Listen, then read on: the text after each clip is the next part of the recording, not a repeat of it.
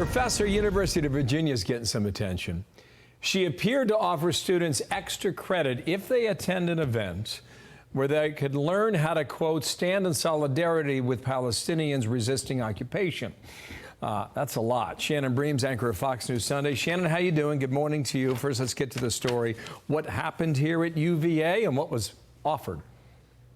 Yeah, so somebody sent this along to me from internally at campus and said, listen, there's a professor here that seems to be offering extra credit to go to this event. Now, what the event is, that's where the questions begin.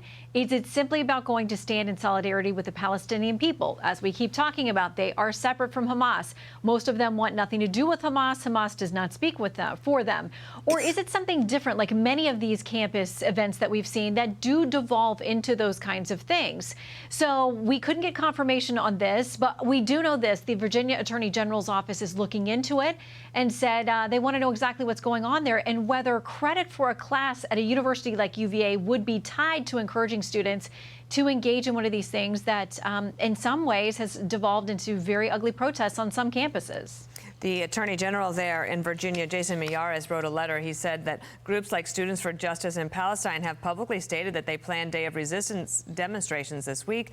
This pro-Hamas group is using language that suggests advocacy or threats of violence, such as calling for physical confrontation or dismantling Zionism on campus. This is not just a concern in Virginia, all across the country, Shannon. You have the government leaders there in those states and at the universities, in most cases, trying to figure out a way to protect students, let them have their ability to have free speech, but to not do it in a way that sparks any sort of violence.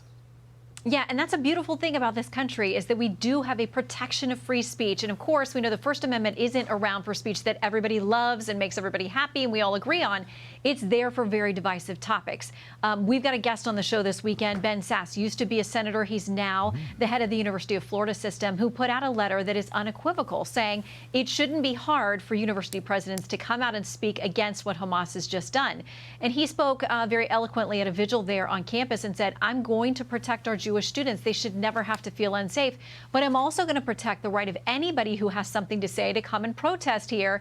But he thinks it shouldn't be as hard to be morally clear on exactly what's gone on in this particular war, these attacks. And he's calling on other college presidents to just be more clear. Well, we'll look forward to that. Also, you got Tom Cotton on over the weekend on your show. And what else you cooking up there, Shannon?